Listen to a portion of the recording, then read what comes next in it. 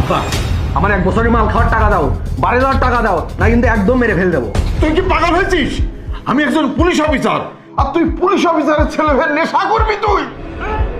এত কথা কেউ না, আমার মাথা কিন্তু হ্যাং হয়ে যাচ্ছে। শনি, তোর কি একবার মুখ কাঁপলো না? তুই নেশার টাকার জন্য তোর বাপের গলা চেপে ধরেছিস।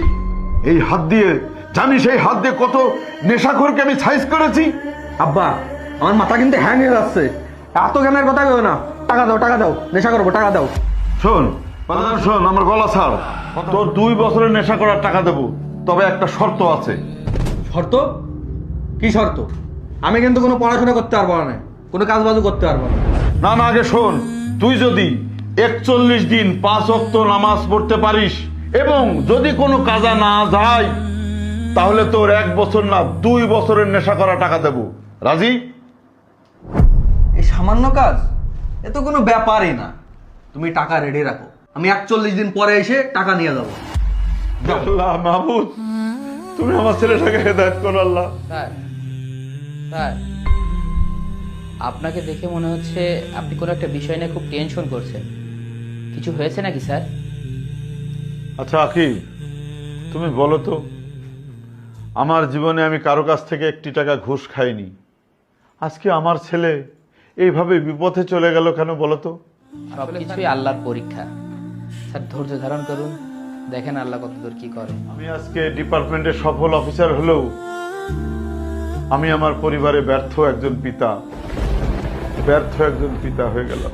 তাড়াতাড়ি পার। আসসালামু আলাইকুম। কিরে, প্রিয় ভাইরা আমার, আজান দিচ্ছে, চলো আমরা দলে দলে মসজিদে যাই। কেরুর সাথে গাঁজা একবারে মিশিয়ে খাইছেন নাকি? আমি দেই। হে আল্লাহ, জীবনে যত পাপ কাজ করেছি তার জন্য তোমার কাছে ক্ষমা চাচ্ছি আল্লাহ।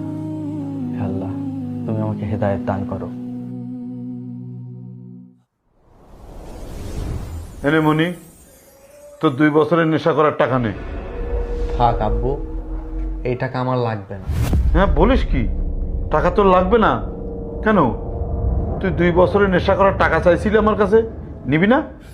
যেদিন থেকে এই জায়নামাজ আমি হাতে নিয়েছি আর মাথায় টুপি পরেছি, সেই দিন থেকে আমার ভিতরে একটা পরিবর্তন এসেছে।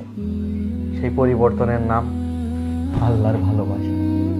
যেদিন থেকে আমি নামাজ পড়া শুরু করেছি, সেদিন থেকে আমি নিজে উপলব্ধি করতে পেরেছি যে এই পৃথিবীর সব থেকে দামি সম্পদ হলো নিজের বাবা মা। আমি তোমাদেরকে অনেক ভালোবাসি।